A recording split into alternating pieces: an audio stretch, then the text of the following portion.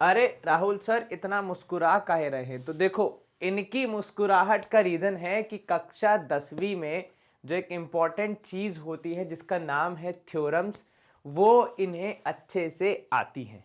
तो भैया 10वीं के बोर्ड एग्जामिनेशन में थ्योरम्स का जो इम्पोर्टेंट रोल है वो आप सबको पता है।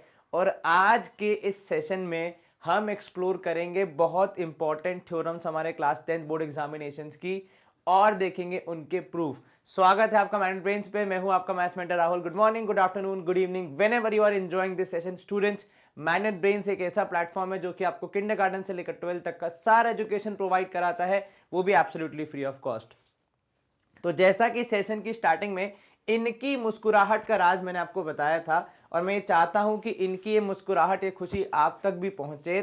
तो इस सेशन को ध्यान से देखना है। जो इंपॉर्टेंट थ्योरम्स हैं आपके एग्जामिनेशंस के लिए, उनको समझना है, उनके प्रूफ को समझना है, मेमोराइज नहीं करना है। इस बात की पूरी हम लोग कोशिश करेंगे। और फिर उसके बाद आपके बोर्ड एग्जामिनेशन में अगर प्रूफ वाला क्वेश्चन आ गया, थ्योरम प्रूफ करने वाला, तो पूर्ण अंक आपको मिले, इस बात की पूरी गारंटी हमारी हो जाएगी। ठीक है, चलिए, आइडिया पसंद आया आपको? ये आप करने वाले हैं आज मेरे साथ, तो कृपया फटाफट नीचे देखो लाइक बटन थोड़ा सा दबा दो। क्या ना, वो अगर थोड़ा सा आप प्रेस करते हो ना, तो हमारे अंदर एक मोटिवेशन का बटन प्रेस हो जाता है, जिससे कि और ज्यादा ऊर्जा आ जाती कि आज तो फोड़ देंगे टाइप्स। चलिए शुरू करते हैं। ज्यादा नहीं, मेरे ख्याल से 5 या 6 थ्योरम्स हैं जो कि आपको सबसे इंपॉर्टेंट हो जाती हैं जहां तक प्रूविंग वाली बात है। सबसे पहले आती है थ्योरम 1.4, जो कि आपके फर्स्ट चैप्टर में है। और इस थ्योरम में आप प्रूव करते हैं कि √2 इर्रेशनल है। अब इस थ्योरम को स्टार्ट करने से पहले मैं आपको एक जानकारी दे दूं कि जो प्रोसेस है √2 को इर्रेशनल प्रूव करने का, वो थोड़ा सा यूनिवर्सल है। अर्थात आप जब √2 को इर्रेशनल प्रूव करना पूर्णतः सीख जाएंगे, तो उसी प्रोसेस का हूबहू इस्तेमाल करके आप √3, √5, √7 इन सब को इर्रेशनल प्रूफ कर पाएंगे आसानी से। क्लियर हो गया? और प्रूफ खत्म करने के बाद हम लोग देखेंगे कि कैसे और क्वेश्चंस आ सकते हैं जिसमें आपको चीजों को इर्रेशनल प्रूफ करना पड़ता है। जैसे फॉर एग्जांपल 2 + √5 को इर्रेशनल प्रूफ करो, इस तरीके के सवाल, या फिर 3√7 को इर्रेशनल प्रूफ करो, इस तरीके के सवाल, या फिर 1/√2 को इर्रेशनल प्रूफ करो। तो इनको कैसे डील करना है वो भी हम आपको बता देंगे। चलिए, अब यहां देखिए, ये जो प्रूफ वाला सवाल है, ये सबसे बेस्ट फिट बैठता है 3 अंकों के लिए। ठीक है, परंतु कई बार एग्जामिनेशन में ये 5 अंक का भी आ जाता है। वो कुछ इस प्रकार की पहले आपको बोल देंगे कि भैया आप प्रूफ कीजिए कि √2 इर्रेशनल है, एंड हेंस, उसके बाद एक आप में एडिशन ये कर देंगे कि and hence prove that 3√2 is also irrational. तो ये आपको एडिशनल मिल जाता है। ठीक है, इस तरीके के सवाल फिर आपको 5 नंबर के आ जाते हैं कि भैया देखो, पहले √2 को इर्रेशनल प्रूफ कर दो, फिर ये 3√2 को भी इर्रेशनल प्रूफ कर दो, तो आपको दोनों को मिला के 5 नंबर दे दिए जाएंगे। ठीक है, और अगर केवल प्रूफ आ रहा है तो 3 नंबर में भी आ सकता है। ठीक है, बस सवाल क्या हो जाएगा, सवाल लिखे जाएगा कि भैया प्रूव दैट √2 इज इर्रेशनल। चलिए, अब इसके प्रूविंग का हम समझते हैं पूरा प्रोसेस कि होगा कैसे। सबसे पहली बात यहां पे हमें करना पड़ता है मेथड ऑफ कॉन्ट्राडिक्शन। सर ये कौन सा मेथड है? देखो ये मेथड है ना, ये हमारे इंडिया में बहुत पॉपुलर है।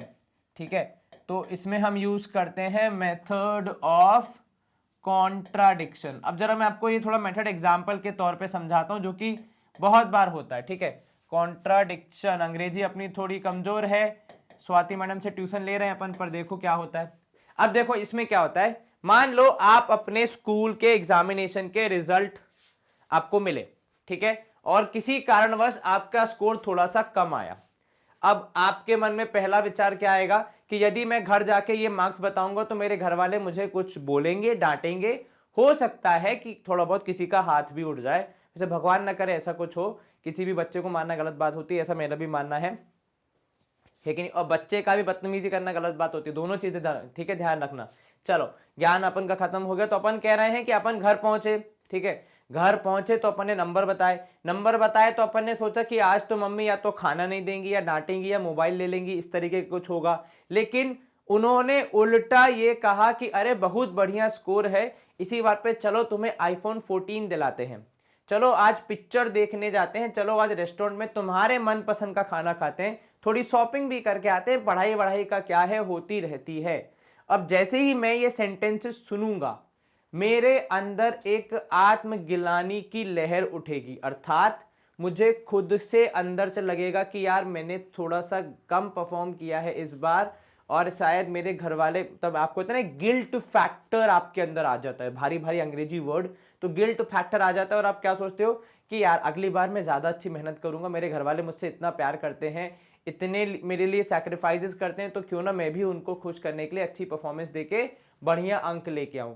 ये होता है मेथड ऑफ कॉन्ट्राडिक्शन। आपके पेरेंट्स ने आपको डांटने के बजाय आपको और डीठ स्टबन बनाने की जगह उल्टा प्रोसेस अपनाया, जिससे आपको स्वयं को अपनी गलती रियलाइज हो गई और आपने फिर खुद को सही मार्ग पे ले जाने का निर्णय लिया। ठीक वैसा ही यहां पे होता है। हम यूज करते हैं मेथड ऑफ कॉन्ट्राडिक्शन, जहां पे हम शुरू ही इस बात से करते हैं कि नहीं आपकी बात ही गलत है, रूट टू इर्रेशनल होता ही नहीं है, तो यहां पे हम मानेंगे लेट अस अज्यूम दैट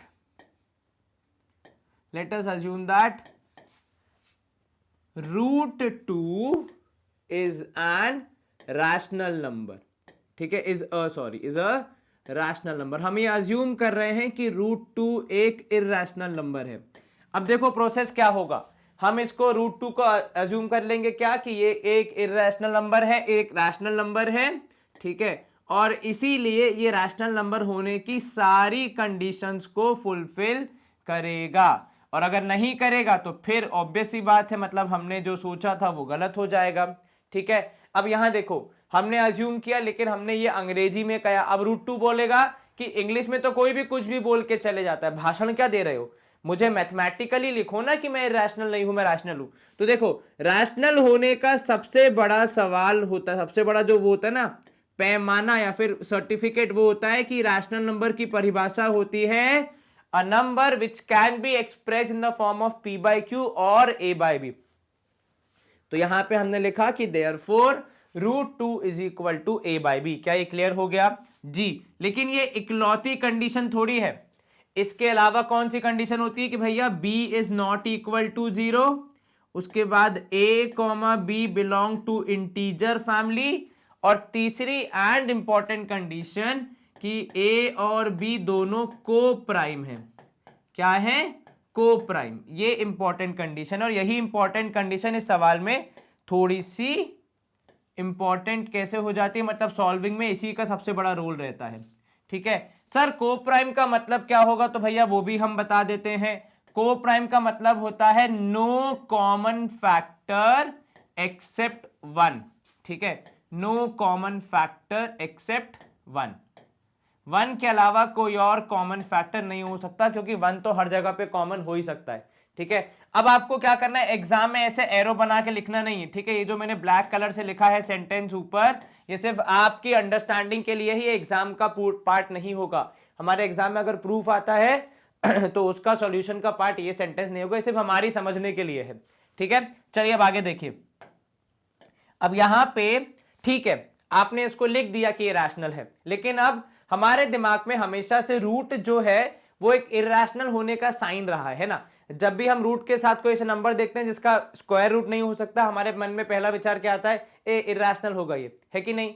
तो ये बात रूट टू को भली भांति पता है, तो वो क्या बोलेगा, नहीं सिर्फ बोलने से कुछ नहीं होगा, मुझे आगे भी बढ़ाओ, मेरे ऊपर से ये रूट का जो धब्बा है, रूट का जो दाग है वो हटाओ। ठीक है, तो हमने कहा स्क्वायरिंग बोथ साइड्स।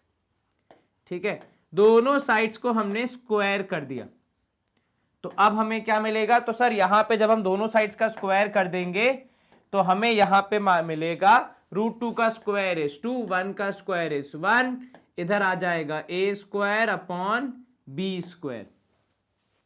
ठीक है, अब देखो यहां पे मैं अगर इसको ऐसे देखूं कि ये हो जाएगा 2b square is equal to A square, क्या इसमें कोई गलती है? बिल्कुल नहीं सर। तो इसी के हिसाब से मैं बोल रहा हूं कि भैया ए स्क्वायर बाय 2, ठीक है, हमने क्या बोला कि a square by 2 is equal to b square, ठीक है। अब देखो ये कितना इंपॉर्टेंट स्टेटमेंट है यहां पे सवाल इस पूरे थ्योरम के कंटेक्स्ट में, क्योंकि इसका कहना है कि यदि मैं ए स्क्वायर को 2 से डिवाइड करूंगा तो मुझे बी स्क्वायर के रूप में एक पॉजिटिव रिजल्ट मिलेगा, ठीक है।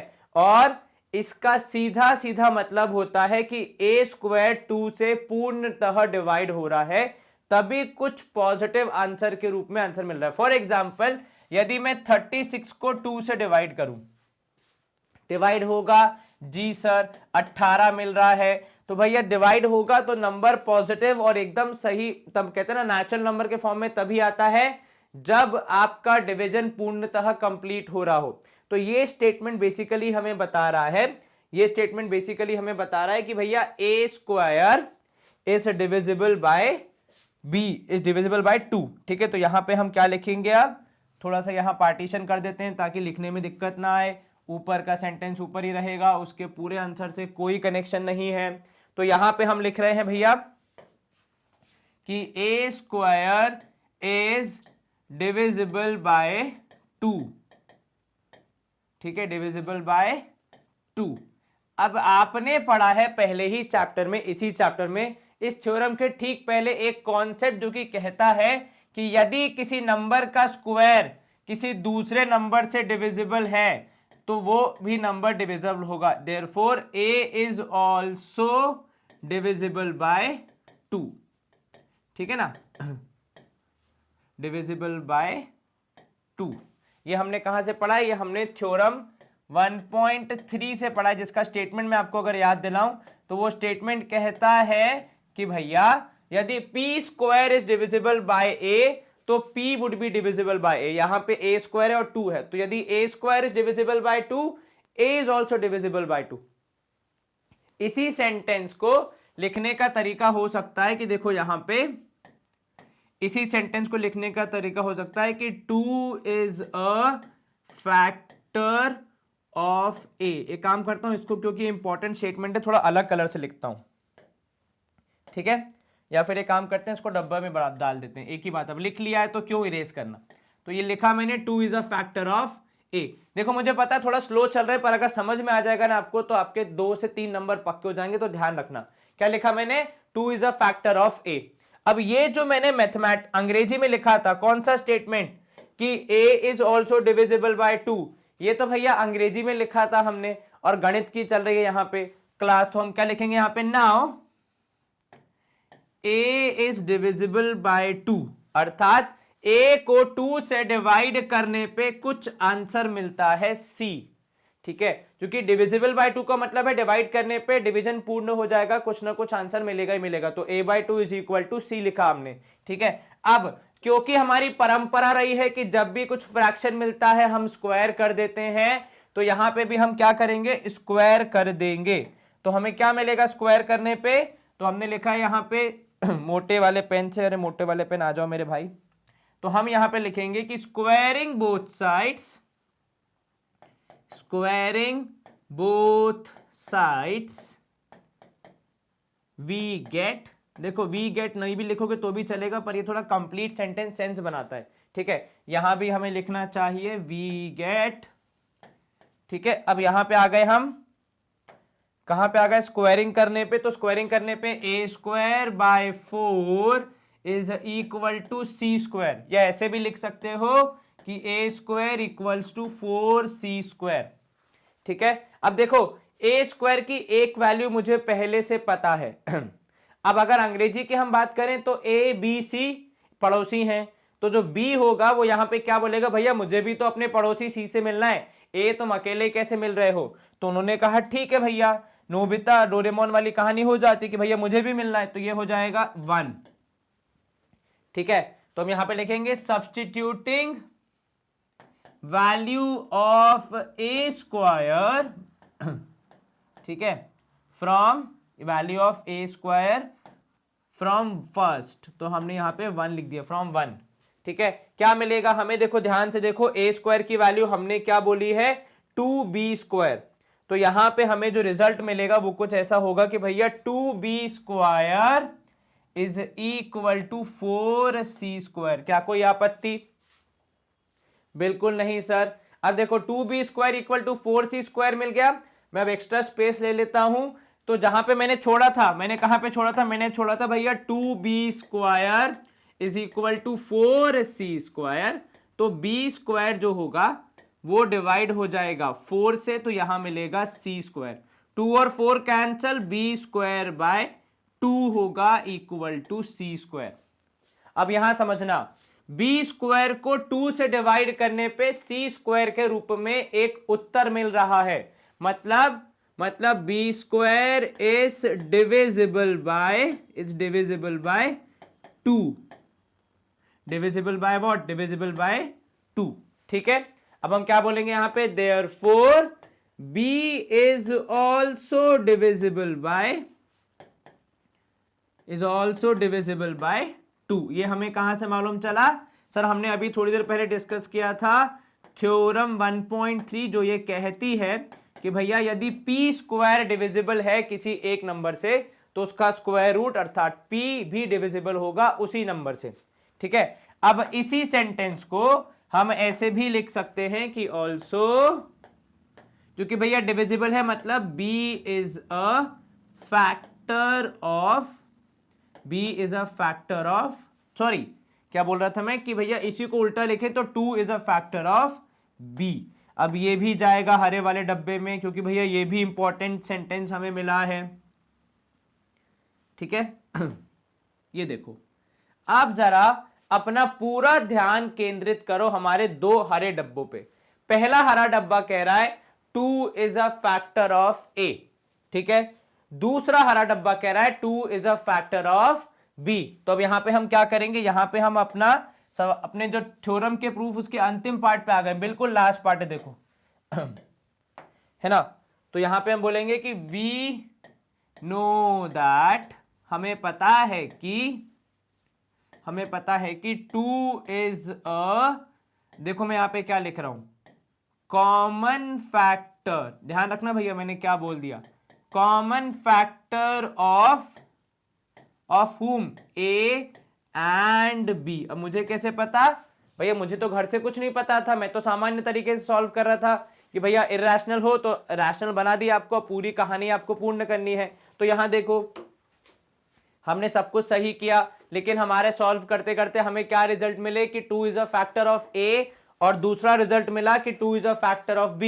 अब क्योंकि दोनों का फैक्टर है, तो जब कोई चीज दोनों के पास होगी तो अंग्रेजी में कौन सा शब्द है? Common factor. लेकिन सब इसमें इतनी बड़ी बात क्या है, बहुत से नंबर के कॉमन फैक्टर होते हैं, बिल्कुल होते, लेकिन जरा सा पीछे आओ, हमने क्या बोला है? A, B आर को प्राइम। मतलब हमने क्या वादा किया था कि A और B में नो कॉमन फैक्टर। ठीक है, तो अब आप यहां पे क्या लिखोगे? अब आप यहां पे लिखोगे therefore A and B are, यहां पे लिखा मैंने नॉट को प्राइम। ठीक है, मतलब ये दोनों नंबर्स हमारी कंडीशंस को पूरा नहीं कर रहे। अब अगर ये जो नो कॉमन फैक्टर वाली बात गलत हो जाती है तो फिर ये A और B वाली बात गलत हो जाती है, कोप्राइम नहीं रहेंगे। और अगर ये कोप्राइम नहीं रहेंगे तो ये रैशनल नंबर होने की कंडीशन गलत हो जाती है। और अगर ये गलत हो जाती है तो भैया ये आया कहां से था? एक गलत अजम्पशन से। तो अब हम क्या करेंगे? हम अपनी गलती के लिए क्षमा मांगेंगे, तो हम बोलेंगे अवर अजम्पशन वॉज रॉन्ग। भैया हमारी जो अजम्पशन थी वो रॉन्ग हो गई, क्योंकि देखो किसी वाक्य को, किसी कथन को सत्य होने के लिए हर जगह सत्य होना पड़ेगा। पर अगर ऐसा एक भी वो मिल गया, वाक्य मिल गया, इंसिडेंस मिल गया जहां पे चीजें सही नहीं है, तो वहां पे हम क्या बोलेंगे? हमारा assumption was wrong and √2 is an irrational number. बस 2 मिनट, हमारा यहां पे पूरा सवाल, पूरा प्रूफ खत्म हो गया। अब यही सवाल अगर ना जाता है कि √3 को इरेशनल प्रूफ करो, तो सेम ही पैटर्न फॉलो होगा, बस जहां पे √2 है वहां पे √3 आ जाएगा कैलकुलेशन में। उस हिसाब से आप आगे बढ़ोगे और आंसर सेम ही मिलेगा। आप चाहें तो यहाँ पे इसका चलचित्र का चित्र ले सकते हैं। मैं साइड हो जाता हूं, एक अच्छा सा स्क्रीनशॉट ले लो इसका फर्स्ट पार्ट का। एक मिनट को, यहाँ पे आपने थोड़े से क्रॉस लगा दिए हैं, उनको थोड़ा सही कर लेते हैं क्योंकि क्रॉस तो हमने समझने के लिए लगाए थे, ठीक है ना। तो भैया क्रॉस हम हटा देते हैं, ये वाला क्रॉस भी हटेगा क्योंकि ये भी हमने केवल समझने के लिए लगाया था। ये वाला क्रॉस भी हटेगा। और कोई सा है क्या? बिल्कुल नहीं सर, एक बस ये वाला बाकी है, इसको हटा दे। चलिए देखिए, पूरी मेहनत के साथ हमने यहाँ पे सबसे पहले इसको प्रूफ किया, ठीक है, इतना पार्ट। फिर आ जाते हैं दूसरे पार्ट पे, ये रहा हमारा सेकंड पार्ट कंटिन्यूशन में, और हम ये प्रूफ कर पाए कि √2 एक इरेशनल नंबर है विथ प्रॉपर अंडरस्टैंडिंग। लॉजिक भी बताया मैंने आपको जहां जहां पे, अब भले ही वो मैथमेटिकल लॉजिक हो या सामान्य लॉजिक हो कि भैया ऐसा भी होता है, तो कुल मिला के यहाँ पे हमारा पूरी चीजें सॉल्व हो गई। ये लीजिए, गुड टू गो, अंडरस्टूड, समझ में आ गया। इंपॉर्टेंट थ्योरम है भैया, देखो 3 नंबर की आ सकती है, 5 नंबर की भी आ सकती है, तो बहुत ही सावधानी से सारी चीजें लिखनी है। आप चाहें तो एग्जाम में ए और बी को प्राइम के नीचे ब्रैकेट में लिख सकते हैं कि नो कॉमन फैक्टर एक्सेप्ट 1, उसमें कोई दिक्कत नहीं है।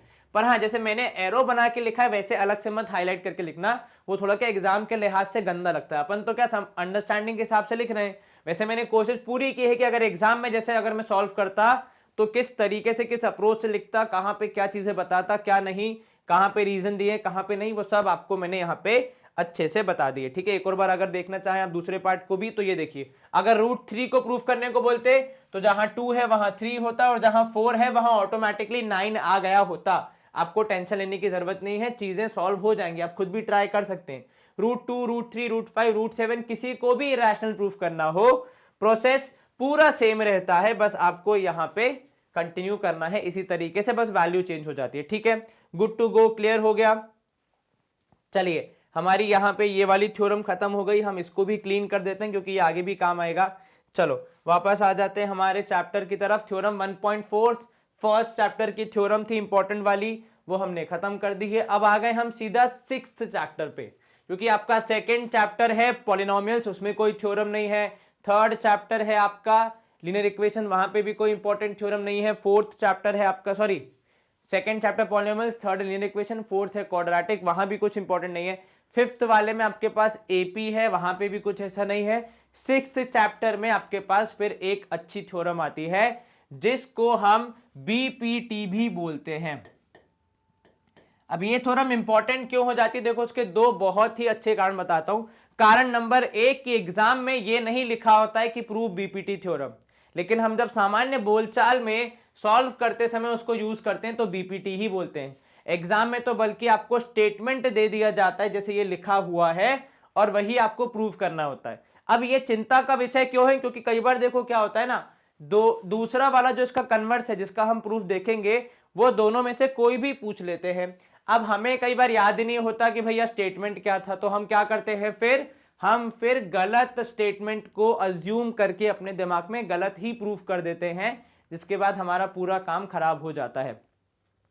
इसीलिए स्टेटमेंट आपको पता होना चाहिए। मैं आपको ये नहीं कह रहा कि स्टेटमेंट का वर्ड बाय वर्ड याद करो, पर हाँ आपको कम से कम मेन इंपॉर्टेंट चीजें पता होनी चाहिए, क्योंकि कई बार एग्जाम में पता है सवाल कैसा आ जा सकता है, ऐसा भी आ सकता है कि state and prove basic proportionality theorem, ठीक है। क्योंकि देखो भैया, जो अपने बोर्ड का पेपर बनाने वाले हैं उनकी मर्जी है, वो ऐसा भी पूछ सकते हैं और स्टेटमेंट देके भी पूछ देंगे कि इसको प्रूफ कर दो, ठीक है। अब हम सोच रहे हैं ये कौन से चैप्टर का है भैया, इसको प्रूफ तो हमने पढ़ा ही नहीं है, पता चले ये तो थ्योरम है जिसको हम रट के आए थे, पर ऐसे रट के आए थे कि नाम पता है बीपीटी है, स्टेटमेंट नहीं पढ़ा था, तो वहां दिक्कत हो जाएगी।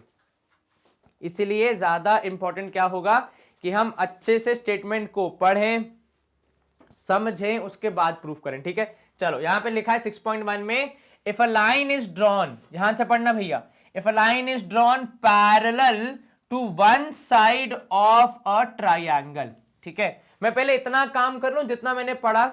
आपने बोला कि भैया एक ट्राइंगल के किसी एक साइड के पैरेलल आपने लाइन बनानी है, तो मैंने पहले बनाया ट्राइंगल, ठीक है, इसके बाद बना रहा हूं मैं एक पैरेलल लाइन, ठीक है। अब सवाल यह है कि मान लो मैंने नीचे वाली साइड पिक करी जिसके पैरेलल में बनाना चाह रहा हूं, तो भैया देखो ये भी पैरेलल है इसके, ठीक है, ये भी पैरेलल है नीचे वाली के।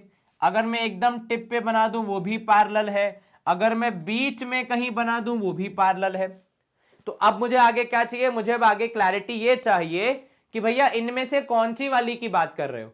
तो वो लिखा होगा पक्का, I am sure about it. तो देखो मैंने लाइंस तो बना ली पैरेलल, इनमें से कोई एक सिलेक्ट होगी, पर कौन सी वो अपन को बताएगी अपनी थ्योरम। टू इंटरसेक्ट, ठीक है, मतलब इंटरसेक्ट करेगा, मतलब वो लाइंस नहीं चलेंगी जो कि ट्राइंगल को टच ही नहीं कर रही।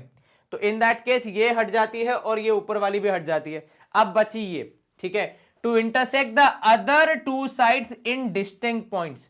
दोनों जो साइड्स हैं बची हुई हैं जिनके पैरेलल ये नहीं है, जिनको ये टच करके जा रही है, उनको दो अलग अलग जगह पे। तो जो ऊपर मैंने बनाई ना वो एक ही जगह पे टच कर रही थी, टिप पे, पर ये वाली जो हमने बनाई है ये बिल्कुल सटीक है, क्योंकि ये दो अलग अलग जगह पे हमारे ट्राइंगल को टच कर रही है, मतलब जो दो साइड्स है उनको टच कर रही है, ठीक है। The other two sides are divided, जो अदर दो साइड्स हैं जिनको ये टच करके, जिनसे ये इंटरसेक्ट होके जा रही है, उसको डिवाइड कर देगी, उसके हिस्से कर देगी। बिल्कुल कर रही है सर। और किस किस कैसे करेगी हिस्से, तो भैया इन सेम रेशियो।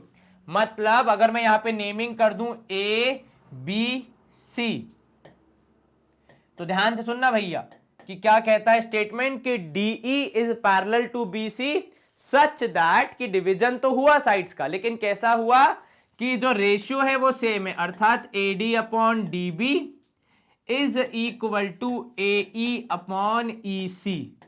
क्या ये क्लियर हुआ आपको? जी सर। आपको स्टेटमेंट क्लियर हुआ कि नहीं कि करने क्या वाले हो?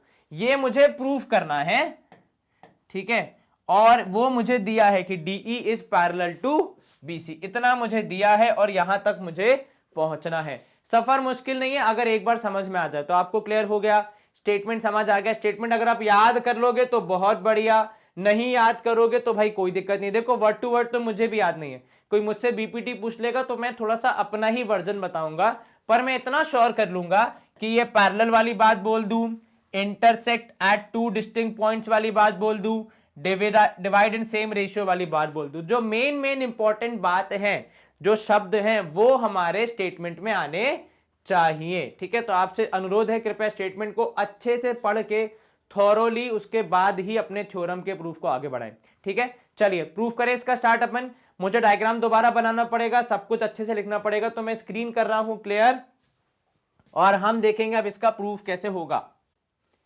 चलिए अब सबसे इंपॉर्टेंट है इस पूरे थ्योरम में डायग्राम, ठीक है। तो मेरा पहला प्रयास क्या रहेगा कि आपको डायग्राम अच्छे से बना के यहाँ पे बताया जाए कि हम क्या करने वाले हैं और कैसे करने वाले हैं, ठीक है। देखो इंपॉर्टेंट चीज क्या है यहाँ पे सर, एक तो ट्राइंगल जरूरी है, बिल्कुल ठीक। तो हम सबसे पहले एक बढ़िया सा ट्राइंगल बनाएंगे, और थोड़ा सा बड़ा बनाऊंगा मैं आपकी सेवा के लिए, ताकि आपको क्लियरली दिखाई दे कि हो क्या रहा है, ठीक है। ऐसे रैंडम चीजें ना चलें कि सर ये कहाँ से आ गया वो कहाँ से आ गया, ठीक है।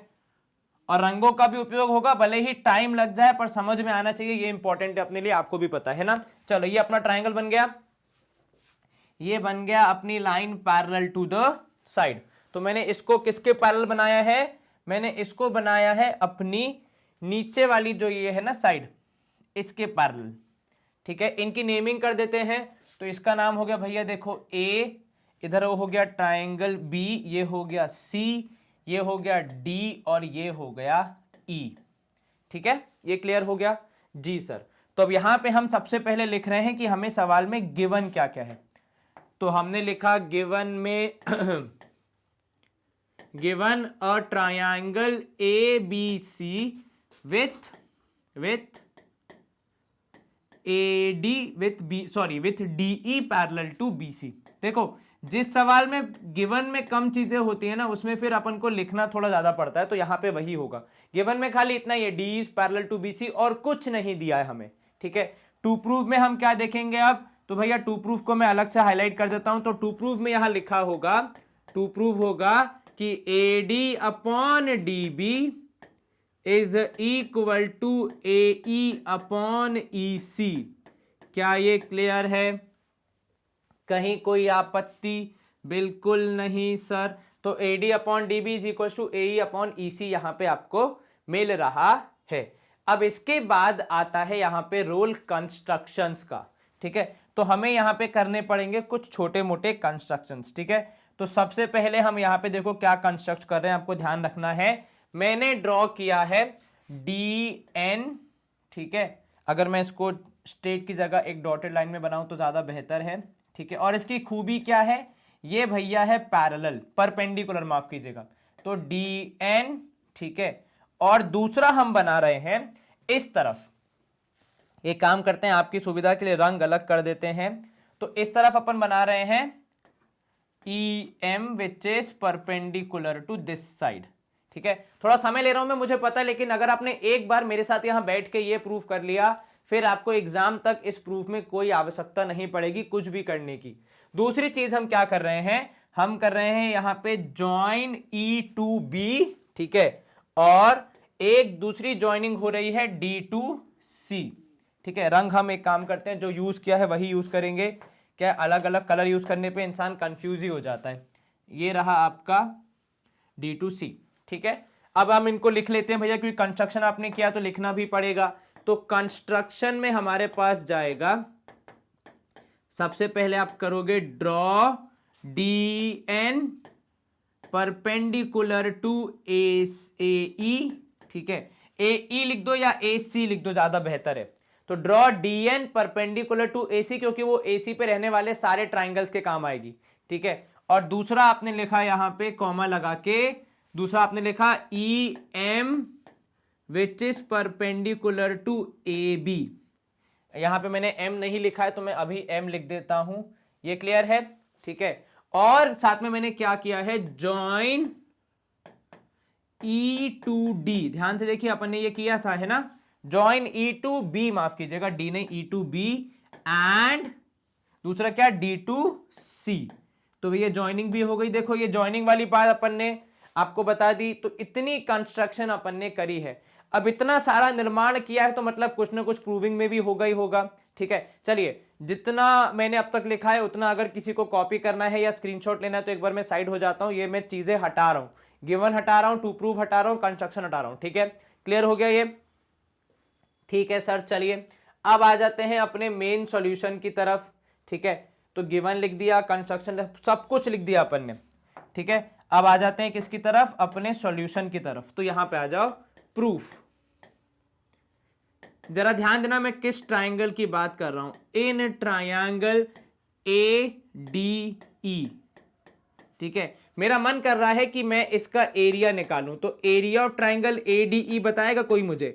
सर ट्राइंगल है तो half into base into height होना चाहिए, बिल्कुल ठीक, ठीक है। तो क्या हमारे पास हाफ और बेस और हाइट है? तो भैया देखो, हाफ तो हमेशा वैसा ही रहेगा। अब ADE के नजरिए से देखूं मैं तो हाफ आ गया, ठीक है। बेस के रूप में अगर मैं इस साइड से देखूं ट्राइंगल को तो मुझे AD मिलेगा, ठीक है।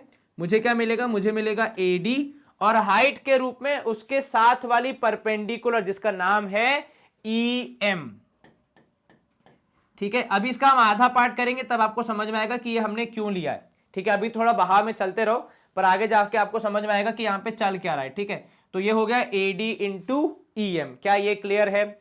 ये बेस, ये हाइट, ठीक है। और मुझे सेकेंड चीज जो यहां पे करनी है, जो दूसरी चीज मुझे करनी है वो निकालना है एरिया ऑफ ट्राइंगल। तो ये ट्राइंगल था, ये एरिया ऑफ ट्राइंगल BDE। क्या आपको वो ट्राइंगल दिख रहा है BDE? बिल्कुल ठीक सर, ये दिख रहा है BDE। अगर मैं स्केच करके हाईलाइट करूं तो ये रहा। इस ट्राइंगल का भी एरिया मुझे निकालना है, ठीक है। अब देखो ट्राइंगल का एरिया कैसे निकलता है, तो भैया ट्राइंगल का एरिया निकलता है बेस इंटू हाइट करके। अब क्योंकि मैंने AD को बेस माना है तो उसके ठीक नीचे आ जाता है DB, तो हाफ इंटू, यहां से लिखा अपन ने DB इंटू, अब इसकी हाइट की चर्चा करते हैं। देखो ये जो ट्राइंगल है ये आइसोसेलेस ट्राइंगल है, अगर इसको मैं अलग करके निकालूं तो ये कुछ ऐसा दिखेगा। अब इसकी हाइट कैसे निकल सकती है? सर एक तो यहां से निकल सकती है हाइट, ठीक है। पर अगर इसी ट्राइंगल को मैं थोड़ा आड़ा तिरछा बना दूं, ठीक है, जैसा कि यहां पे दिया हुआ है, तो उस केस में देखो हाइट कैसी हो जाती है। मान लो मैंने इसको ऐसा बनाया, तो किसी भी ऑब्ट्यूज एंगल ट्राइंगल में कई बार उसकी हाइट ट्राइंगल के बाहर भी गिरती है, ठीक है। तो अगर आप अपने फोन को भी रोटेट करके देखना चाहें तो ये जो एक उठाइए अपने डिवाइस को, ऐसे रोटेट कीजिए, तो BDE जो है ना, इस ट्रायंगल की हाइट बाहर गिर रही है ईएम के रूप में। ये वो वाला केस है जहां पे ट्रायंगल की चोंच थोड़ी ऐसे बाहर निकली है तो हाइट यहां गिरती है। ठीक है, ये क्लियर हो गया।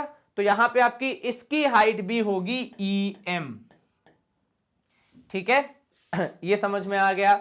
अब यहां पे देखो, इसी के साथ अब आप यहां पे आगे बढ़ोगे कि therefore area of ADE upon area of BDE would be equal to half into AD into EM upon half into DB into EM।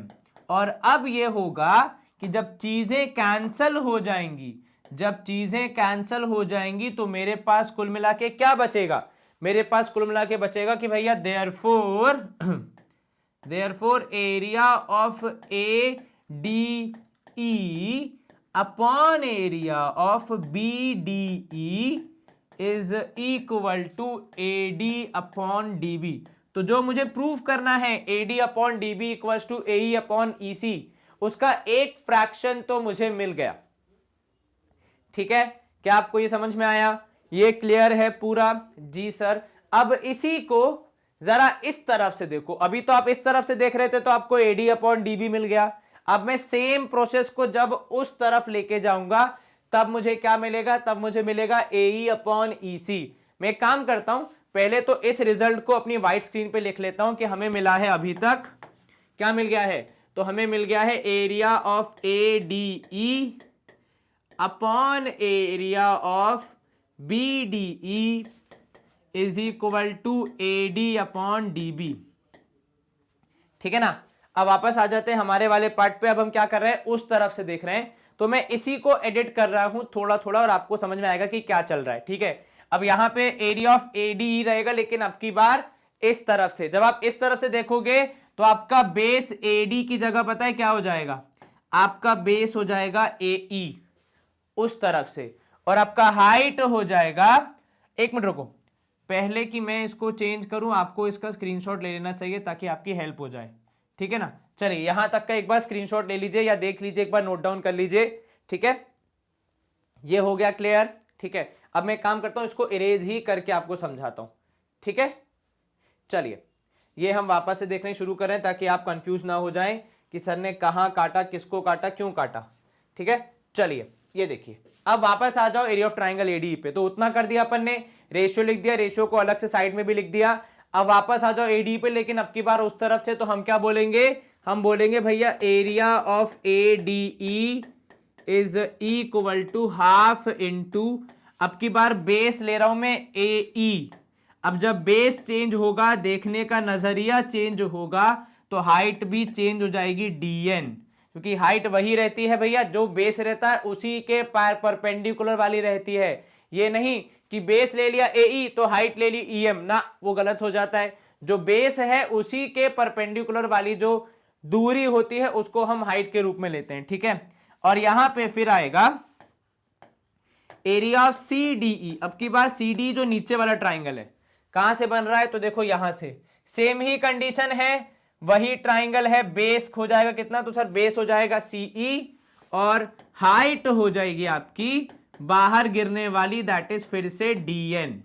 ठीक है, तो यहां से आपको रेशियो मिलेगा therefore area of ADE upon area of CDE। अगर मुझे इन दोनों का रेशियो निकालने की इच्छा है तो इन दोनों का रेशियो आएगा यहां पे half into AE into DN और नीचे half into CE into DN। अब चीजें हो जाएंगी कैंसिल, तो हाफ से हाफ कैंसिल, DN से DN कैंसिल, कुल मिला के आपके पास निष्कर्ष क्या बचेगा, तो निष्कर्ष बचेगा कि भैया area of ADE upon area of CDE is equal to AE upon EC। क्या ये क्लियर है? जी सर।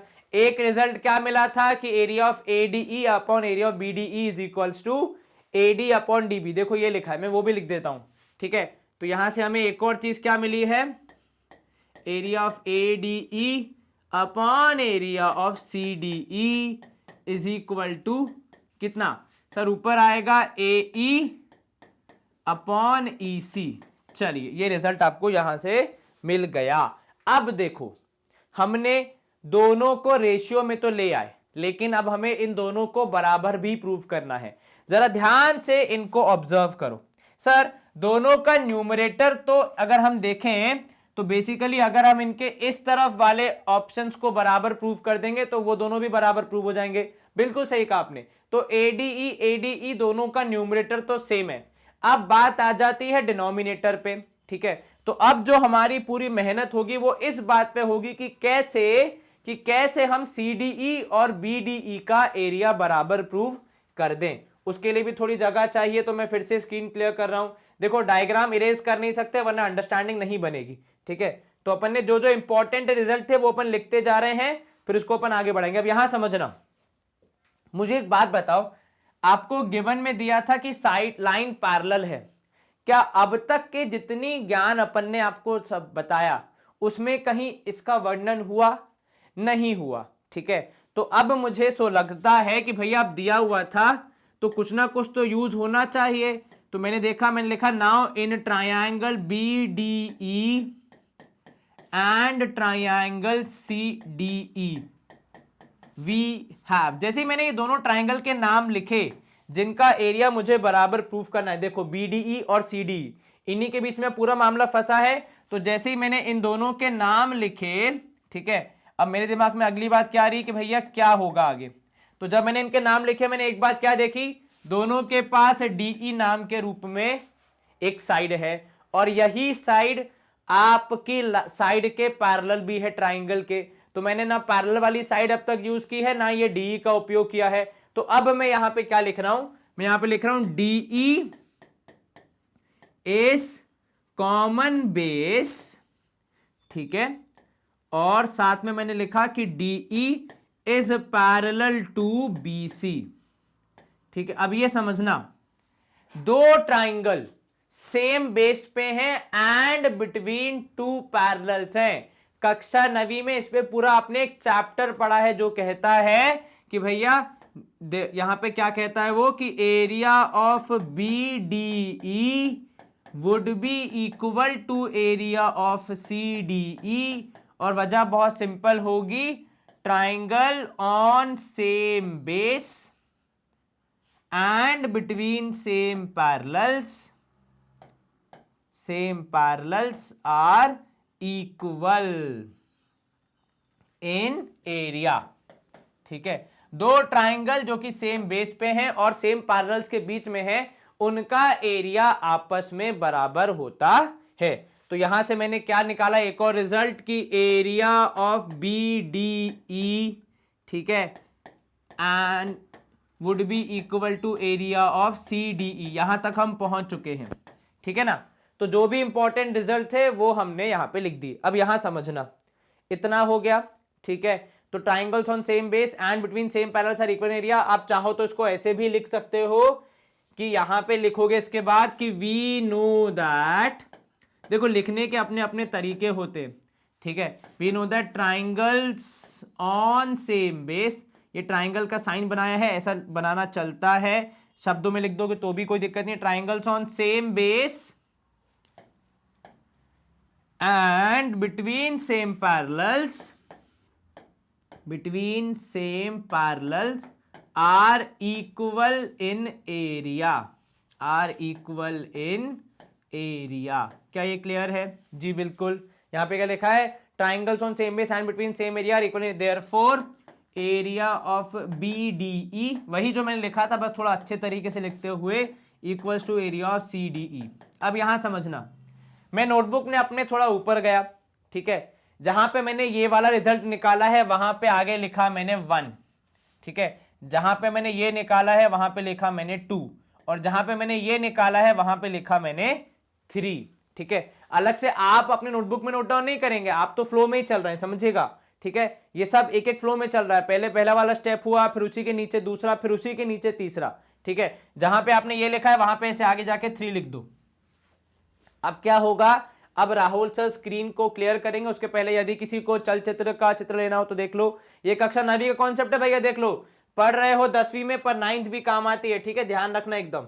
चलो अब आ जाते हैं बस अंतिम पड़ाव पे सवाल के, जहां पे हम बोलेंगे कि भैया फ्रॉम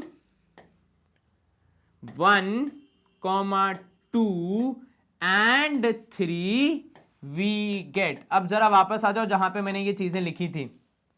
हमने क्या बोला? From 1, 2 and 3 we get what? We get area of ADE upon area of BDE would be equal to area of AD, क्योंकि देखो ट्राइंगल एक ही है तो एरिया बराबर होगा, ठीक है। ये हो गई न्यूमरेटर की बात। डिनोमिनेटर को हमने खुद ही बराबर प्रूव किया है, तो क्या मैं इन दोनों को लिख दूं ऐसे कि area of ADE would be equal to area of B upon area of BDE would be equal to area of ADE upon CDE। ये क्लियर है?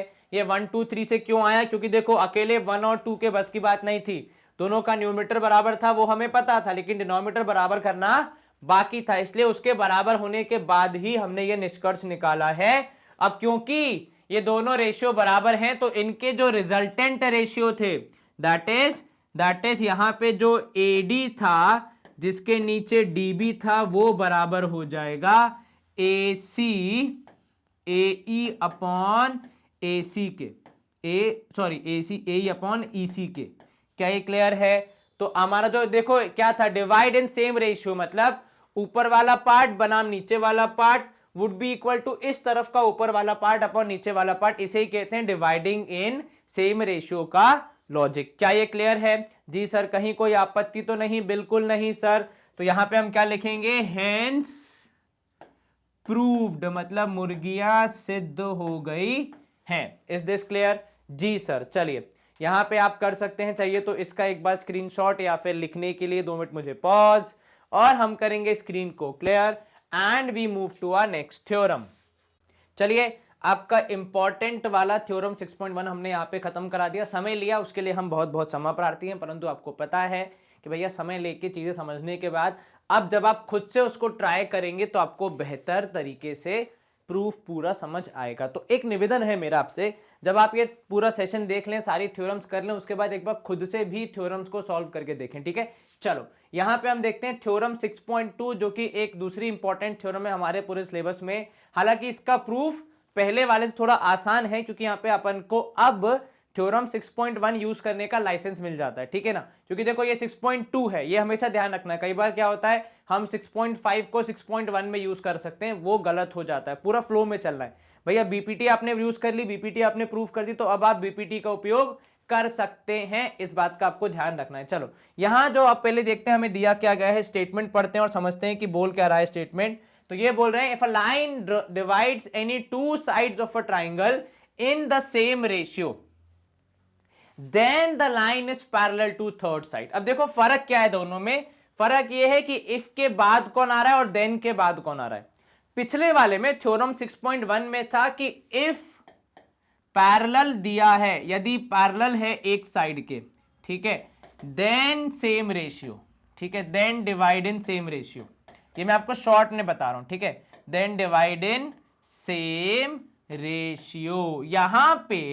यहां पे आपका उल्टा हो गया कि यदि रेशियो सेम है डिवीजन का, यदि रेशियो सेम है डिवीजन का, देन आप प्रूफ करें कि पैरेलल है या नहीं है, ठीक है, ये फर्क है, ठीक है। तो यहां पे पहले वाले में आपको दिया था पैरेलल है, आप रेशियो बराबर प्रूफ करो। यहां पे दिया है कि रेशियो दिया हुआ है बराबर, लेकिन पैरेलल प्रूफ करना है। तो ये काम करते हैं ना हम करते हैं इसको शुरुआत से शुरू। सबसे पहले हम क्या बनाएंगे, हम बनाएंगे एक ट्राइंगल, ठीक है। यहां पे कंस्ट्रक्शन भी कम होगा, मेहनत भी कम होगी, ठीक है, ध्यान रखना। और यहां पे आपका जो बेसिकली थोड़ा सा हम लोग थ्योरम फर्स्ट चैप्टर की भी यूज करेंगे, मैं समझाऊंगा कैसे। देखो ये है ट्राइंगल आपका ABC। अब ये कह रहे हैं कि एक लाइन है जिसका हम निर्माण कर रहे हैं, जो कि सामने वाली साइड्स को बराबरी के रेशियो में बांट रहा है, ठीक है। तो ये रहा आपका पॉइंट D। अब देखो एग्जैक्ट तो बन नहीं पाएगा, तो ये है D और ये है E, ठीक है। तो आपने क्या किया, आपने यहां पे ये बोला कि गिवन जानकारी के हिसाब से, तो गिवन जानकारी के हिसाब से आप बोलोगे कि भैया देखो ऐसा है, in triangle A B C, ठीक है, through A D, through DE, मतलब डीई के माध्यम से, through DE A D upon D B would be equal to A E upon E C, ठीक है।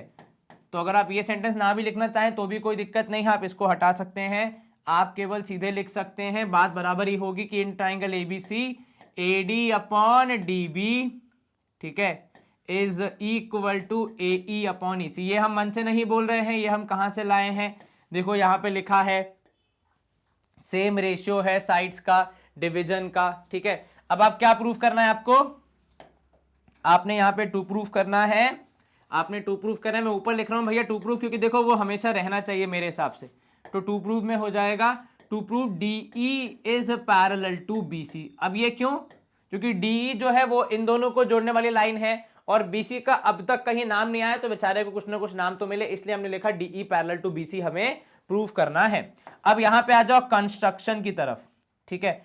कंस्ट्रक्शन करने से पहले जो मैं आपके साथ यहां वार्तालाप करने वाला हूं वो इस बारे में है कि आपने मेथड ऑफ कॉन्ट्राडिक्शन के बारे में मुझसे सुना अभी थोड़ी देर पहले। क्या कहता है वो मेथड, कि उल्टा करो, मतलब जो थ्योरम में दिया है उसका एग्जैक्टली उल्टा कर दो। तो ठीक है, मैं क्या बोल रहा हूं कि नहीं, जो आपने टू प्रूफ बोला है वो होगा ही नहीं, ठीक है, मान गए वो नहीं होगा। लेकिन क्या ऐसा नहीं हो सकता कि बीसी के पैरेलल कोई लाइन ही नहीं होगी, ठीक है। तो मैं अब यहां पे कंस्ट्रक्शन देखो लिख रहा हूं, फिर उसको बनाऊंगा कि draw D E dash parallel to BC.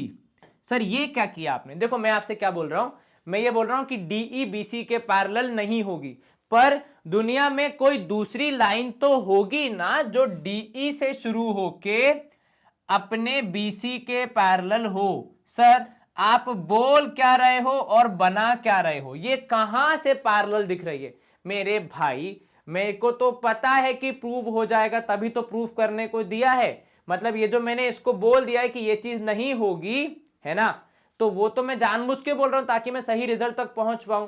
तो जब मुझे कुछ गलत ही बोलना है तो मैं कुछ भी बोलूं, मेरी मर्जी है, वैसा वाला हिसाब हो जाता है यहां पे कि मैंने बोला कि ठीक है हम ये मान गए कि डीई पैरेलल नहीं होगी बीसी के, पर दुनिया में कोई और लाइन तो होगी ही पक्का जो कि डी से निकले और बीसी के पैरेलल हो। तो मैंने यहां पे बनाया है DE dash parallel to BC. अब ये जो मैंने गलत कंस्ट्रक्शन किया है यही मुझे सही राह पे मोड़ के वापस लाएगा, आप बस देखना कैसे।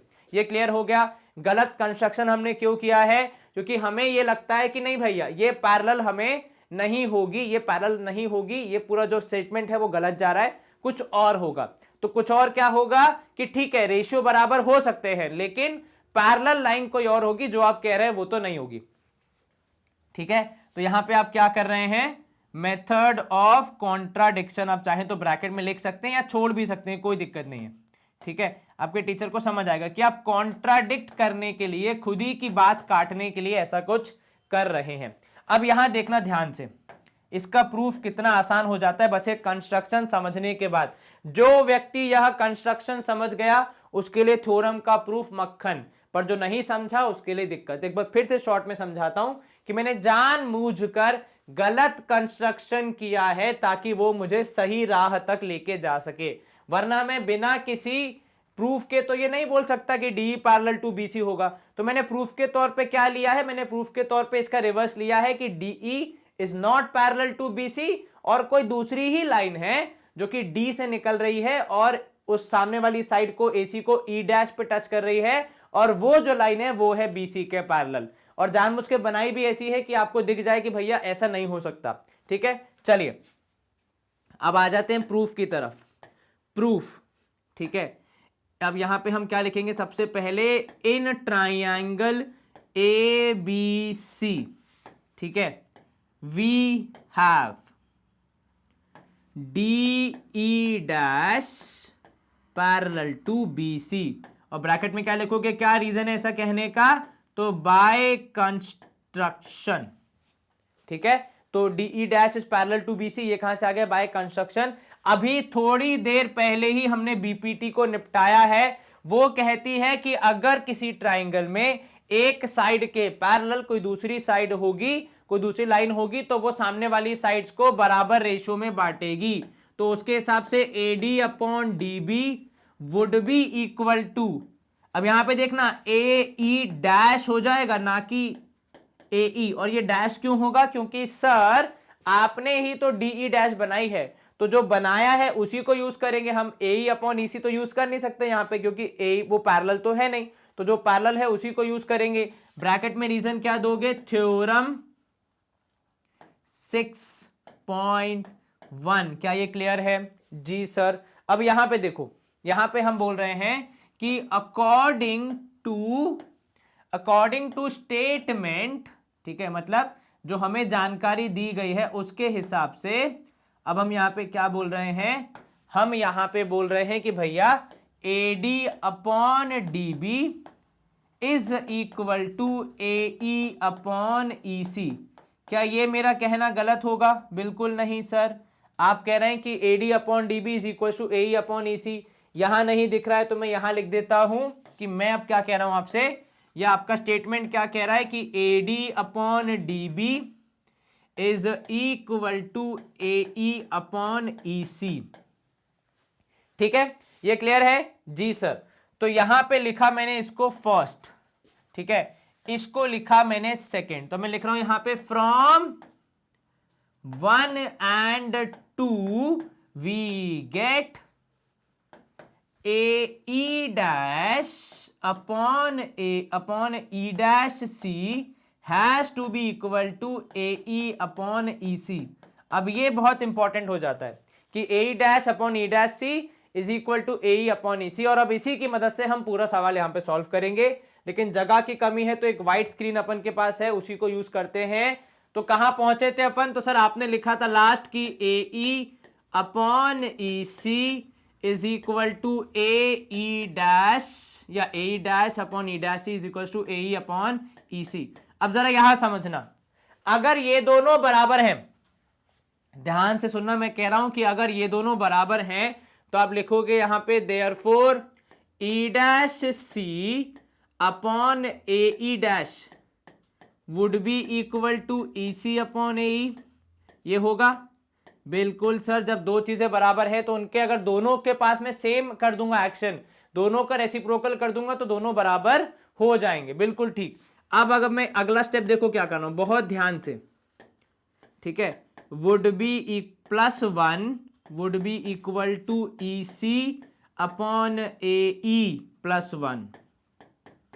ठीक है, बिल्कुल स्टेप बाय स्टेप चलना है भैया। पहले अपन ने रेसिप्रोकल कर दिया, फिर दोनों साइड +1 कर दिया। अब मैं LCM लेने की चेष्टा कर रहा हूं, जिसके बाद मैं वापस आऊंगा डायग्राम पे। ठीक है, तो जरा यहां समझना। खैर ये पूरी एक्सरसाइज का एंड रिजल्ट बहुत सिंपल होगा, परंतु करना जरूरी है।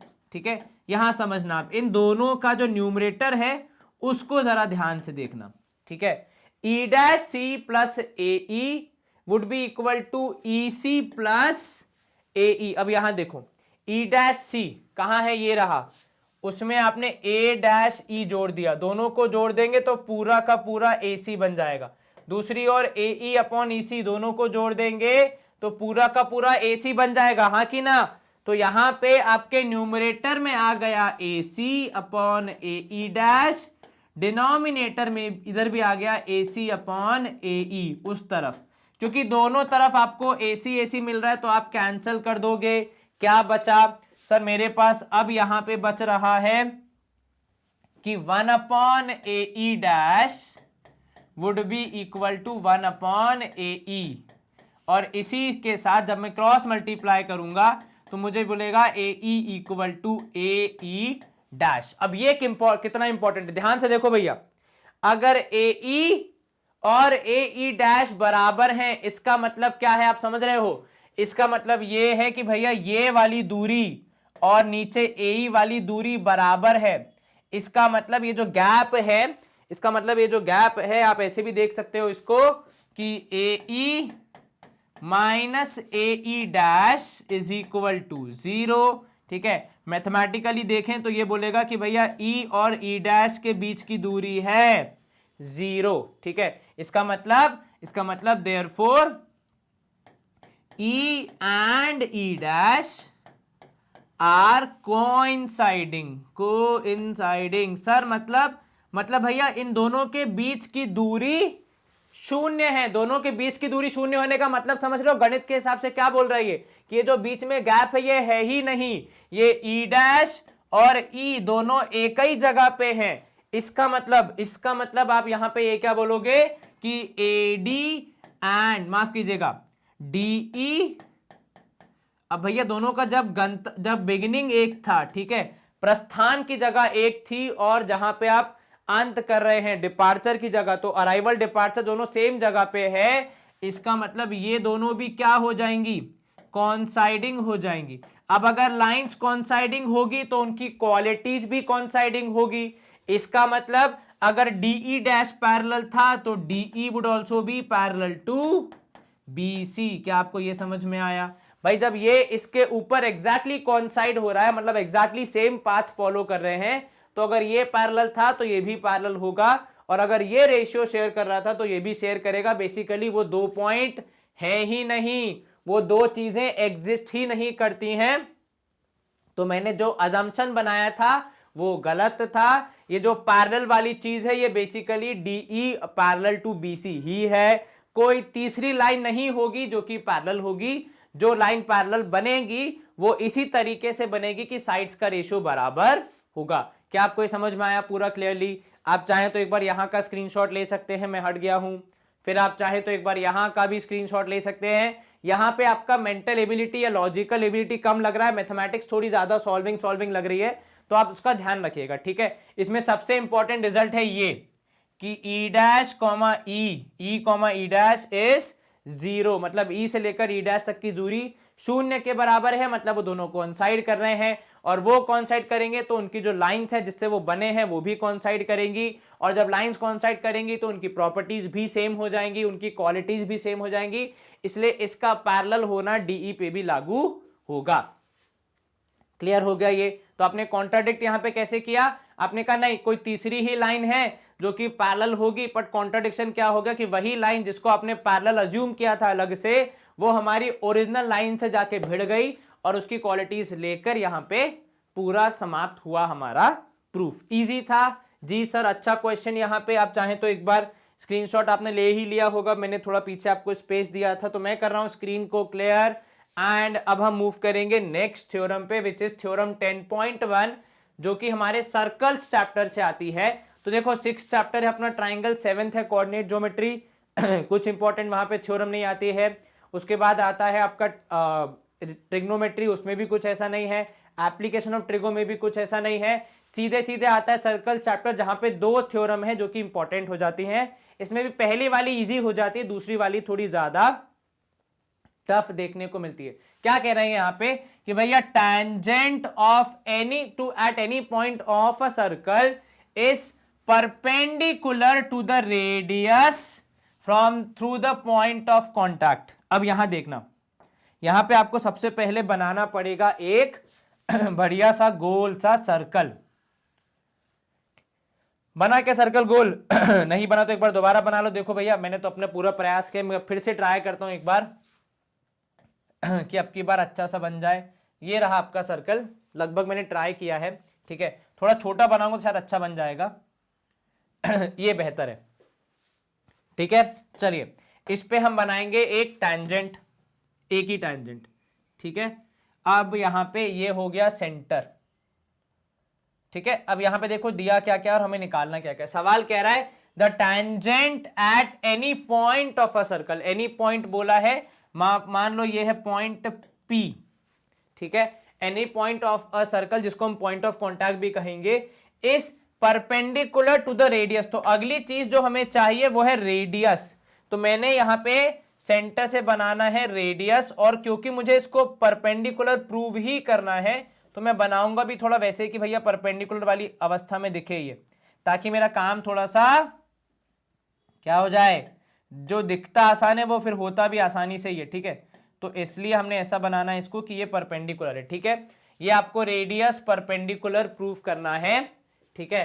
Through the point of contact. तो भैया देखो रेडियस बनाएगा एक सर्कल में, जब भी आप रेडियस बनाएंगे तो हजारों जगह हैं, तो वहीं पे जहां पे टैंजेंट टच कर रही है उसी जगह पे आपको प्रूफ करना है कि परपेंडिकुलर होगा। ये क्लियर हो गया जी। अब यहां पे इस थ्योरम को प्रूफ करने के लिए कक्षा 9वीं में आपने कॉन्सेप्ट पढ़ा है जिसका नाम है कि the shortest distance is the perpendicular distance. वही यहां पे यूज होगा और उसी की मदद से हम इस सवाल का जवाब निकाल पाएंगे। ठीक है, अब यहां समझो, सबसे पहले हम क्या लिख रहे हैं, गिवन लिख रहे हैं यहां पे, और गिवन में हम क्या चर्चा करेंगे, गिवन में हम चर्चा करेंगे कि a circle with centre O, ठीक है, या तो ऐसे लिख दो अ सर्कल, और क्या दिया है AP टैंजेंट, AB टैंजेंट, या ऐसे लिखो, पूरा लिखो APBS टैंजेंट, ठीक है, और साथ में आपने लिख दिया कि OPS रेडियस, ये भी आपने बता दिया। ठीक है सर, वो परपेंडिकुलर नहीं बताएंगे क्या? अरे मेरे लाल, वही तो मुझे प्रूफ करना है कि ये जो परपेंडिकुलर है वही जो रेडियस है वही परपेंडिकुलर। तो अब अगर गिवन में लिख दोगे कि परपेंडिकुलर तो प्रूफ कैसे करोगे? ठीक है, चलो इसके बाद बारी आ जाती है कंस्ट्रक्शन टू प्रूफ की। तो टू प्रूफ हो जाएगा अपना, to prove OP is perpendicular to APB। ठीक है, यही होगा ना, जो टैंजेंट है APB उसके परपेंडिकुलर है OP। कंस्ट्रक्शन की कुछ आवश्यकता पड़ेगी क्या? बिल्कुल पड़ सकती है। ठीक है, तो अब आप यहां पे लिखो कंस्ट्रक्शन, जो कि यहां पे इंपॉर्टेंट है। कंस्ट्रक्शन में हमने लिखा कि ड्रॉ आपने लिखा यहां पे OP1 OP2 and so on OPN। ठीक है, वेयर PI नहीं PI लिख दो यहां पे, I मतलब PI lies on AB। Sir ये क्या कर रहे हैं आप? देखो जो मैंने लिखा ना, अब मैं आपको बना के दिखा रहा हूं। मैं क्या बोल रहा हूं आपसे, जैसे एक OP है वैसे ही एक OP1 बना दो। ठीक है, एक बना दो OP2। ठीक है, तो ये हो गया P2। इस तरफ आप एक P3 बना दो, एक बना दो P4। ठीक है, अब यहां पे देखो, इसकी मदद से हम प्रूफ करेंगे यहां पे कि हमारा जो स्टेटमेंट है, जो कथन है वो बिल्कुल सही है। तो यहां पे हम आ जाते हैं प्रूफ की तरफ। ठीक है, अब हम लिख रहे हैं भैया, in circle with centre O, with centre O we have क्या क्या, we have APB is tangent.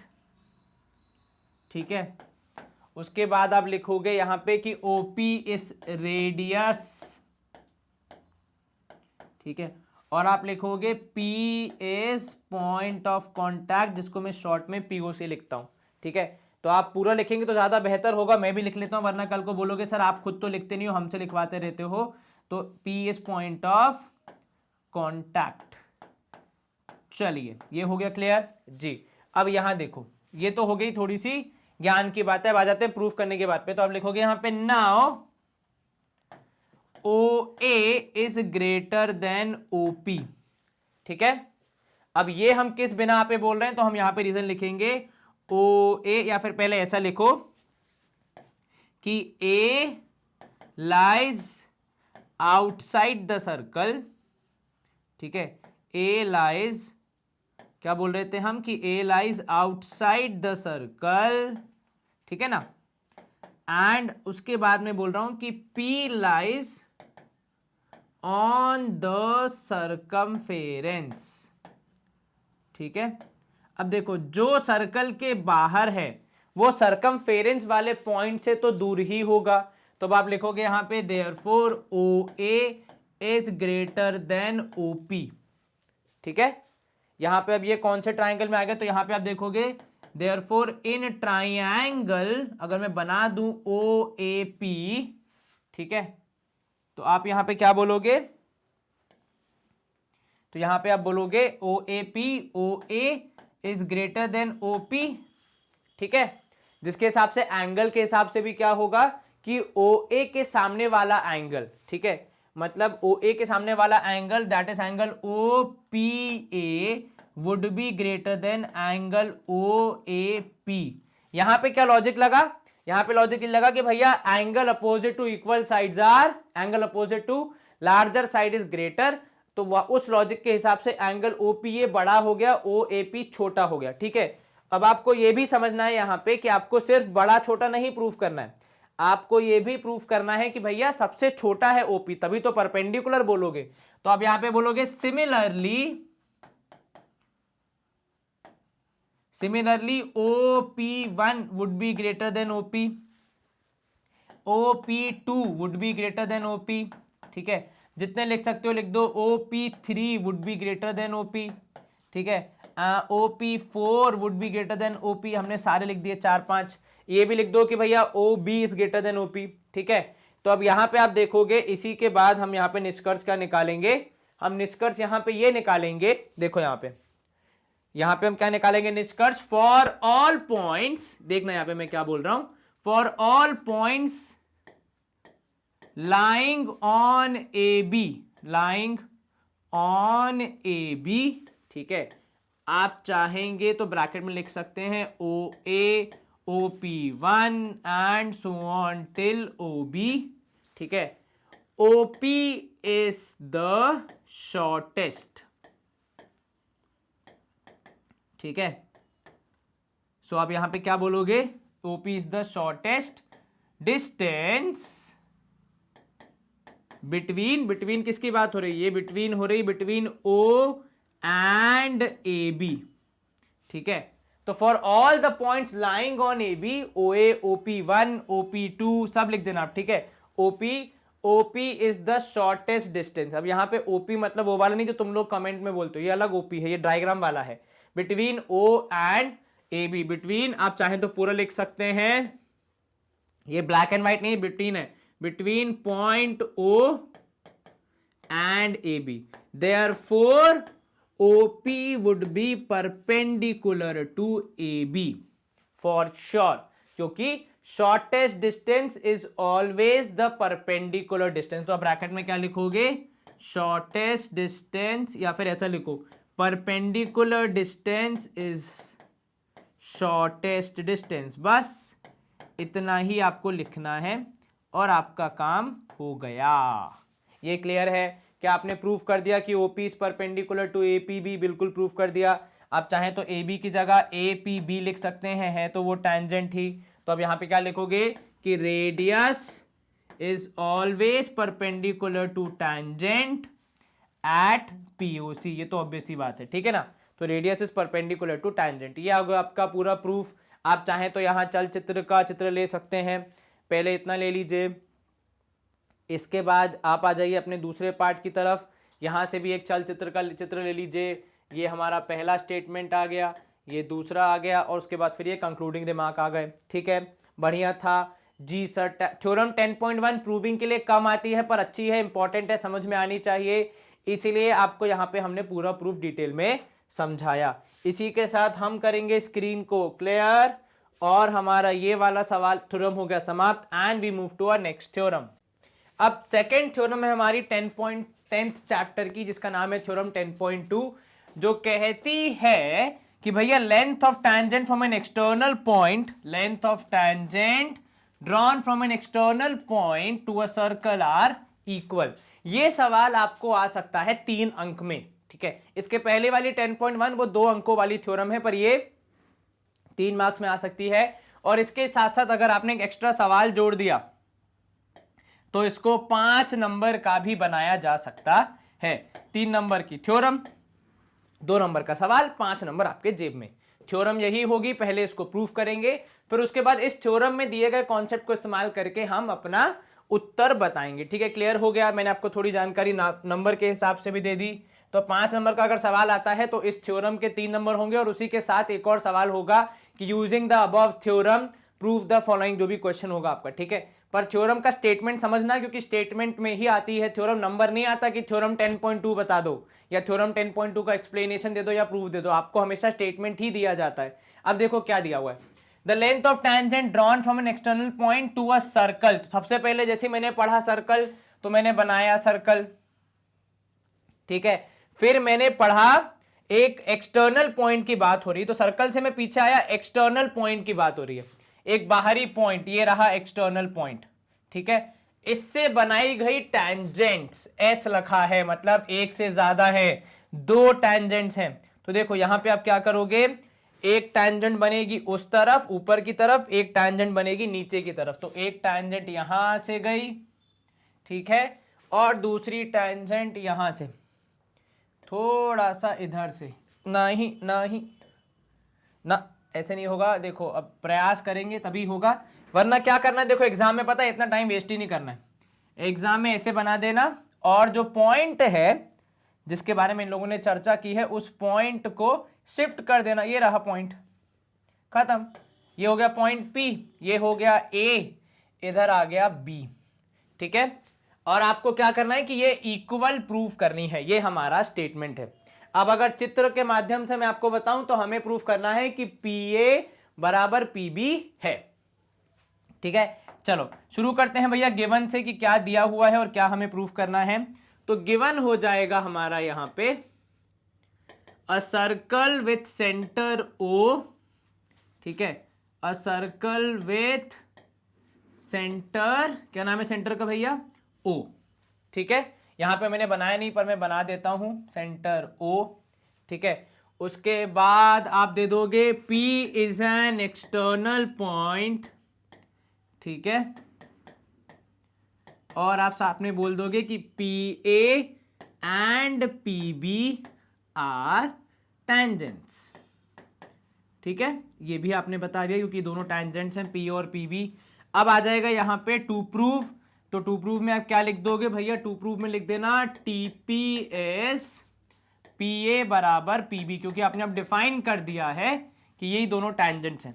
Construction बिल्कुल होगा, क्या क्या कंस्ट्रक्शन होगा वो भी लिख देते हैं। देखो कंस्ट्रक्शन में आएगा सर्वप्रथम join O2A B and P respectively, मतलब आपको O को A से ज्वाइन करवाना है, O को B से ज्वाइन करवाना है और O को P से भी ज्वाइन करवाना है। ये आपने कंस्ट्रक्शन किया है। अगर आपको इसको देखो थोड़ा सा अच्छे से हाईलाइट करना है तो ये देखो हम इसको डैश वाली लाइन बना देते हैं, हमारे पास हर अस्त्र शस्त्र है, कोई दिक्कत नहीं आती है, देखो, ठीक है। क्योंकि कंस्ट्रक्शन है तो अगर आपको चाहिए कि नहीं नहीं डॉटेड लाइन होनी चाहिए तो ये देखो बना दी अपन ने इसको डैश डैश वाली, ठीक है, कोई दिक्कत तो नहीं, बिल्कुल नहीं सर, आपको वैसे दिख रहा होगा कि ये डॉटेड लाइन है, चलो डैश वाली है, डैश वाली लाइन। अब यहां देखो ये हो गया आपका कंस्ट्रक्शन। अब आ जाओ प्रूफ की तरफ। अब यहां पे आपको कक्षा 9वीं का थोड़ा ज्ञान लेना पड़ेगा। तो इन ट्रायंगल POA, ठीक है, and triangle POB we have, हमारे पास उपलब्ध है, क्या क्या जानकारी उपलब्ध है। सर्वप्रथम हम बोलेंगे OP इक्वल्स टू OP, क्योंकि ये दोनों ट्रायंगल में कॉमन है, ठीक है। इसके बाद आप बोलोगे OA बराबर OB, क्योंकि ये सेम सर्कल के रेडियस हैं, ठीक है। तो आप बोलोगे रेडियाई ऑफ सेम सर्कल, लेकिन ये तो एक साइड और एक दो साइड हो गई, तीसरी साइड सर PA बराबर PB, वो तो मुझे प्रूव ही करना है तो यूज नहीं कर सकता। कोई और एंगल सर दिख तो नहीं रहा है, एक चीज है, एक चीज है, वो ये है कि angle OPA would be equal to angle OPA नहीं, माफ कीजिए, angle OAP would be equal to angle OBP and they would be equal to 90 degree है। सर आपको किसने बताया कि ये एंगल 90 डिग्री होगा? मुझे अभी थोड़ी देर पहले ही राहुल सर ने सिखाया था कि radius is always perpendicular to tangent. तो इस सिद्धांत के हिसाब से OABP वुड बी परपेंडिकुलर, तो ये एंगल होगा 90 डिग्री, वो भी एंगल होगा 90 डिग्री। अब यहां पे देखो, अब प्रूव करने के लिए एक राइट एंगल आ गया, OP के रूप में हाइपोटेन्यूज आ गई और साइड के रूप में आ गई ये OA बराबर OB। मतलब हमारे जो दो ट्राइंगल हैं, triangle POA would be congruent to triangle POB और क्राइटेरिया होगा R H and S, right angle, hypotenuse and side. क्या ये क्लियर हो गया? जी सर। आपने यहां पे कॉन्ग्रुएंसी स्टैब्लिश कर दी। हाँ जी सर। P बराबर P के, O बराबर O के, A बराबर B के। ठीक है, साइड्स के रूप में देखें, PO बराबर PO, OA बराबर OB, PA बराबर PB। तो हम यहां पे हम लिखेंगे therefore PA would be equal to PB, और अब की बार वजह होगी CPCT। तो प्रूविंग के लिए यहां पे हमने, हालांकि कॉन्सेप्ट सर्कल का था, पर कॉन्सेप्ट यूज किया ट्राइंगल के कॉन्ग्रुएंसी का। कक्षा 9वीं में हम सीख चुके हैं कि भैया कैसे दो चीजों को कॉन्ग्रुएंट प्रूफ किया जाता है। ट्राइंगल को कॉन्ग्रुएंट प्रूफ करके आपने सीपीसीटी से पीए बराबर पीबी बोल दिया। मतलब किसी बाहरी पॉइंट से आने वाली दो टेंजेंट की लंबाई बराबर होती है। कहां तक? ऑब्वियसली पॉइंट ऑफ कॉन्टैक्ट तक, क्योंकि भैया सर्कल के आगे जाके सर्कल की जिम्मेदारी खत्म हो जाती है। भैया उसके पार निकल जाओगे तुम कौन मैं कौन, कहां तक की जिम्मेदारी है? खाली पॉइंट ऑफ कांटेक्ट तक। इस बात का ध्यान रखना। एग्जाम में कभी कभी जानबूझ के एक पॉइंट डी और ई यहां भी दे दिया जाता है किसी सवाल में, और बोल देते हैं आपसे कि क्या पीडी बराबर पीई होगा। तो इसकी गारंटी हमारी नहीं है, हम खाली पॉइंट ऑफ कांटेक्ट तक की जिम्मेदारी लेते हैं। तो पीए बराबर पीबी तो होगा, पर पीडी बराबर पीई की कोई जिम्मेदारी हमारी तो नहीं है भैया। अब आप आगे देख लो। ठीक है, ये क्लियर हो गया। आपको मैंने कॉन्सेप्ट समझा दिया, मिसकॉन्सेप्शन भी समझा दिया कि कैसे लेंथ बड़ी करके बोल देते हैं कि क्या वो भी बराबर होंगे। जिम्मेदारी सर्कल की केवल पॉइंट ऑफ कांटेक्ट तक होती है, जैसे यहां पे ए और बी तक है। उसके आगे अपने आप जाने टेंजेंट की वो कहां जा रही है, क्या कर रही है। ठीक है, ये क्लियर हो गया। टेंजेंट की लंबाई बराबर हमने प्रूफ कर दी। तो length of tangent are equal, ये हमने बता दिया। इसी के साथ हम कर सकते हैं स्क्रीन को क्लियर, लेकिन उसके पहले आपको यदि स्क्रीनशॉट लेना है तो एक बार देख लो। चलिए, स्क्रीन होगी यहां पे क्लियर। हमारी ये भी थ्योरम समाप्त, और इसी के साथ आई थिंक सो जो 10th क्लास के हमारे इंपॉर्टेंट थ्योरम्स हैं वो भी सारे समाप्त हो जाते हैं विथ प्रूफ। इन पे बेस्ड बहुत सारे क्वेश्चंस हमने प्रैक्टिस किए हैं, साथ ही साथ हमने आपको सैंपल पेपर्स में भी ये करवाए हैं। अगर आप ये सारे सेशंस को देखना चाहते हैं और एक्सप्लोर करना चाहते हैं कि आपको क्या क्या मैनेज ब्रेन्स पढ़ा रहा है, तो प्लीज हमारे यूट्यूब चैनल को फॉलो कीजिए, सब्सक्राइब कीजिए, या फिर हमारी वेबसाइट और ऐप को चेक कीजिए। वहां पे आपको बहुत सारा एजुकेशनल कंटेंट मिलेगा, वो भी बिल्कुल फ्री ऑफ कॉस्ट। इसके अलावा आप हमें सोशल मीडिया पे फॉलो कर सकते हैं, जहां पे आपको मिलता है बहुत सारा fun learn content, information as well as knowledge enriching sessions, जिनको आप आसानी से देख सकते हैं चलते फिरते, जो कि आपकी पढ़ाई में काफी हेल्प करेंगे। हम आपको सतत हाई क्वालिटी एजुकेशन प्रोवाइड करते रहेंगे हमारे सारे वर्टिकल्स के माध्यम से। बस आप अच्छे से पढ़ाई कीजिए, खूब सारी मेहनत कीजिए, अपना ध्यान रखिए। Stay home, stay safe, take care, bye bye, good day, see you soon, नमस्ते।